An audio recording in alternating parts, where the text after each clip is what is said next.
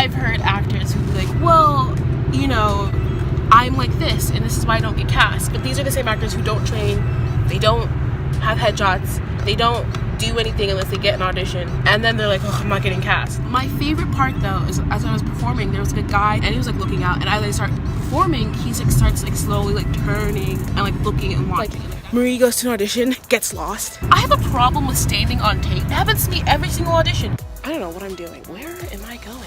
Yesterday I had a meeting with my agent. We just talked about a bunch of different things. The agent was explaining why this happens. You did a really good performance, you think you were super into it, and they don't call you back, and you think you did one where you completely bombed and they call you back. Like, why does that happen? I didn't get a chance to prepare as much, or I mean, it didn't feel like my best performance, obviously, because I wasn't like prepared. And one of the girls was like, yeah, would you be okay if I sent you a script?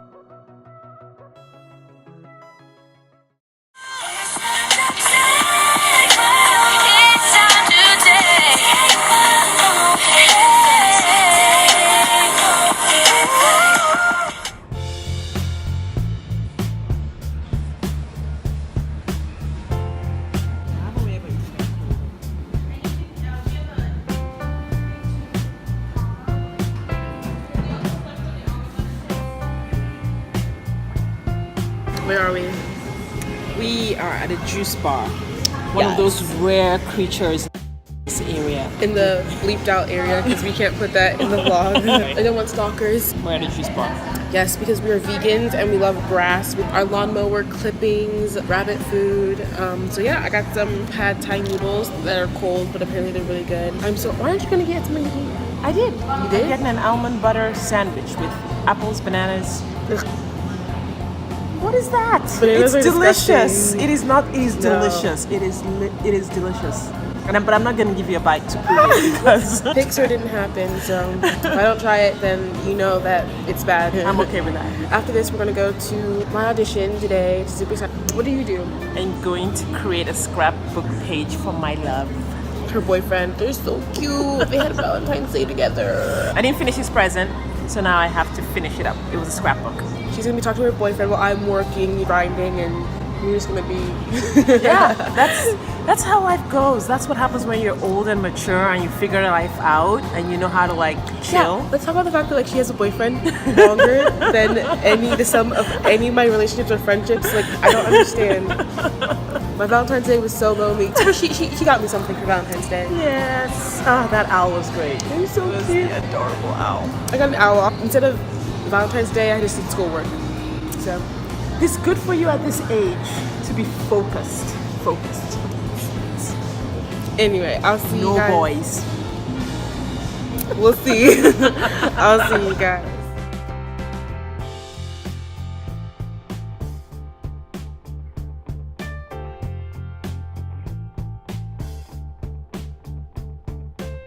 Hey you guys, and sorry for that weird intro. I forgot to film an intro, so that's what's happening. So right now, I'm walking to my audition. It is freaking cold, but it's fine. So normally I walk with my mom. Today, there's no parking, so she had to drop me off. So I'm gonna have to try to walk here by myself. I have questionable directional skills, so we're gonna see how this works. I might just get lost on my way to an audition. That would be great clickbait, by the way. Like, Marie goes to an audition, gets lost. I also have to use the bathroom. I always have to use the bathroom. It's just something about me and being nervous. I don't know what I'm doing. Where am I going? Oh, I'm so bad with directions. Okay, we're just gonna go to this building and see how we do. Yeah, I'm super excited. It's a normal college audition, the same college I've auditioned for. Got my headshot. I don't know. I'm a little scared. I didn't get a chance to prepare as much, or we'll see. Also, when I was like driving up, like these college dudes were like walking by, and like one of them was just like staring at me, and I was like,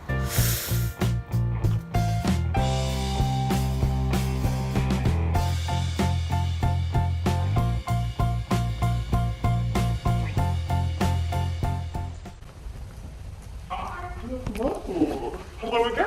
Good to see you. Yeah, good to see you too. Great. So good to see you. Yeah, you too. Go ahead and just fill that out in one of these, and we will come and get you. Or actually, you can just. Thank you. Yeah, no problem. sign in.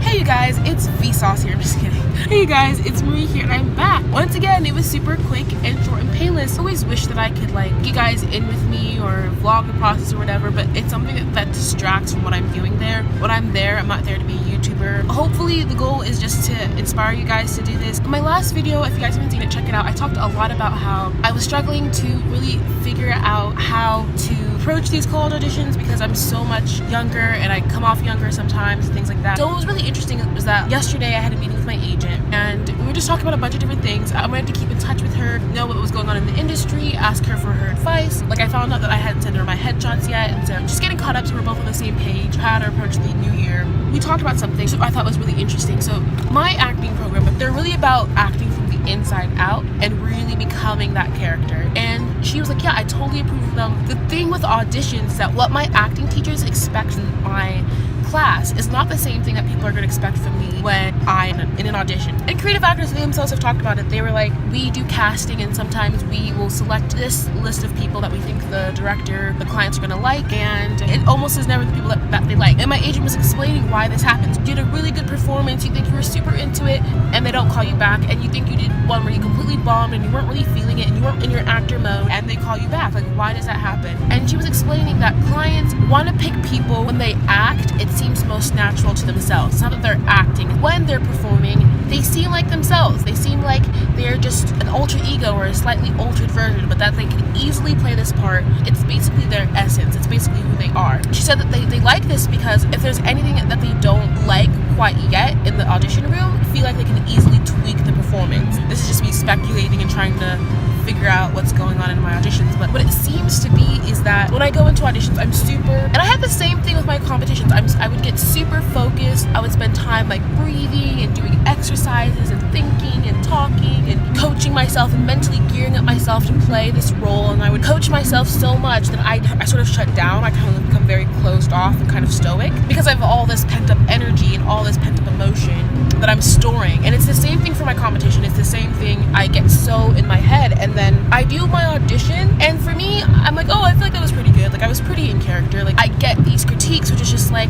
okay, well, maybe be a little less vulnerable, or maybe be a little bit more sassy. My theory is that it's a way of the casting director being like, they don't want something that's like all this emotion. And not that they don't want emotion. They still want people who can cry and convey emotion, but it's almost like they don't want to see you act. They don't want to see you putting all of your energy in it. It should look effortless in a sense. And this is something I've learned from martial arts as well. I would do competitions where I would like coach myself for days on end and do mental thinking gymnastics, which are all great just like as a day-to-day basis, just like a thing, but I think you can almost be too prepared. I read something that I saw that sums it up best. It's by Gabby Bernstein, I think, and she said the things that you're gonna get are the things that you want lightly. You don't like need it, but you want it like lightly. You know what I'm saying? So that's basically how I tried to approach this audition. So I had a sleepover like the night before. You know, I got ready, I talked to myself a little bit. The thing is, I've already done my acting work on this monologue. I've gotten coached on it. I know who my character is. I've already done some of the work. But when it came to today, I just made sure I went over it for like 5 to, like, I didn't even go over it that long in the car.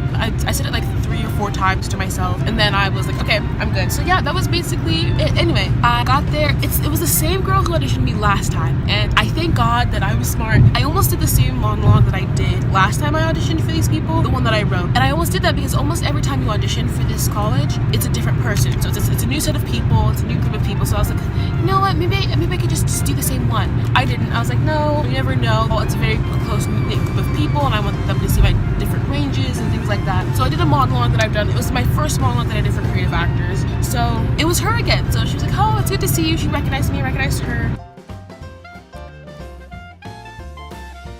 It's a very, very open process, I think, because often college students themselves are just like, ugh, well, how do we want to do this? So she's like, I'm just going to have you sign in here, and then we'll come get you. Actually, you can just walk in. And I was like, okay. They were so nice. They have water, which is so great. So I got some water, I took some water. The room was empty. There was no one else there. Sometimes there's like a bunch of people there. Today, they had like 3 days of casting calls, so there wasn't really anyone there. So I walked in, and they were super nice. She was so nice. She complimented my pants. We could take some selfies, like an Instagram photo shoot, like in this outfit. He was like, okay, we're just gonna have you do the same thing here, stand. I have a problem with standing on tape. It happens to me every single audition. There was a part where they had marked off, like it's like a T, that's normally where you stand, right? So she's like, oh, stand on the tape. And I was like, okay, I'll stand on the tape. I stood on the part where it looked like a T, and she was like, no, not that one. And then there was like some tape in the back that I was supposed to stand on. It's happened to me like every single audition. I think you were there for one of them. Like, I was like, where should I stand? And they're like, oh, we'll stand on the tape. And I was like, okay.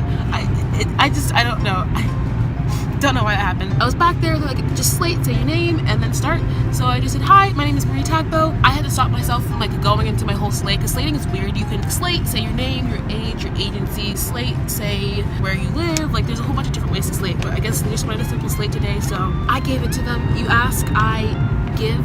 I said my monologue. It was good. I mean, it didn't feel like my best performance, obviously, because I wasn't like prepared and creative actor ready. My favorite part though is as I was performing, there was like a guy who was just, I don't know what he was doing. He was like sitting on a table and he was like looking out, and as I start performing, he like starts like slowly like turning and like looking and watching, and like that's what I like to think of as like an indicator that like whether or not I get the audition, I don't really care about that. I got someone's attention, which is all entertainment really is about, so I was pretty happy about that. And then after that, she's like, oh, so do the monologue like you're gossiping. And I was like, okay, because my monologue, if you guys have seen that monologue, I might link it down below. That's from The Fault in Our Stars, and she's talking about like death and oblivion and like really, really sad stuff. And so I was like, I'm gossiping, okay. Yes, and I didn't really think about it. I was just like, she just wants me to do it like lighthearted or whatever. I don't really care. So that's another thing, is like not trying to make it perfect, not trying to be like, oh, I gotta go back to my character background and like rewrite my history, and all of a sudden just like, just like not do all that, just change how I do it. So I just kind of said it like a little bit more like I was telling a joke, or I was like a stand-up comedian, or I don't know, something like that. And I think they kind of liked it. You don't actually know. No matter how good I feel about this audition or how bad I feel about this audition, you never know until someone gives you another audition, a callback, or you get the role. So there's no indication that they like you or not. So after we were done, I was like, okay, do you guys have any questions for me? Anything I can help you with? I wanted to kind of take a little bit more charge of the room and see if there was any questions that they had for me, because I don't know, you guys have seen me before, so do you need anything from me? Like, can I help you? I don't know, like, I don't know what more you want. And one of the girls was like, yeah, would you be okay if I sent you a script? Are you available these days? And I was like, I don't really know if I'm available those days because I have college stuff. That I love growing up. It's like wild about YouTube is that you guys have literally seen me like start high school, and now I'm like a junior, so that's interesting. And then I was like, I'll get back to you. And she's like, yeah, I'll email you some information, and that might happen. So we'll see. So editor's note, she emailed me like 2 days ago, and she was like, here's a script, here's a draft. Would you like to read for this part? Like, read the part and see if you'd like to be a part of it. And I was like, sure. So I read the script. It's super cool. I'm supposed to be playing a 27-year-old, which is like a little scary because I'm obviously not 27. And then I checked the dates to see if I could actually make it, and we rescheduled some stuff so I could do it. So I emailed her back, and I was like, yes, mate, this will be great. I will be able to attend. I would like to play this part. I like the character. I like the script. It's all good. So she just got back to me like an hour ago or 2 hours ago now. And she was like, okay, so I'm going to email you with the production details later. So basically, your girl just got a part. Woohoo! If I get some information, I'll let you guys know. Follow me on my social medias. So today I feel like was pretty successful or pretty interesting or whatever. Yeah, I'm pretty happy with what happened. But then again, you never know. It's nice to like grow and see that like putting in that work and really thinking about your strategy does pay off, and it does help you. If you're not getting your roles or your auditions, you always have a sort of responsibility. It's only up to you if you can better. Like, I'm really lucky to have my mom here, because like I feel like I could have easily like entered this industry being like, oh, like no one's ever gonna cast me because I'm black and like I have different hair, whatever. But like my mom has never treated like, especially like this, with like a sense of like fear. She's listening to like a spiritual book that's basically just like, there's no problems unless you think there is a problem. She's like, okay. Have you ever had a period, mister?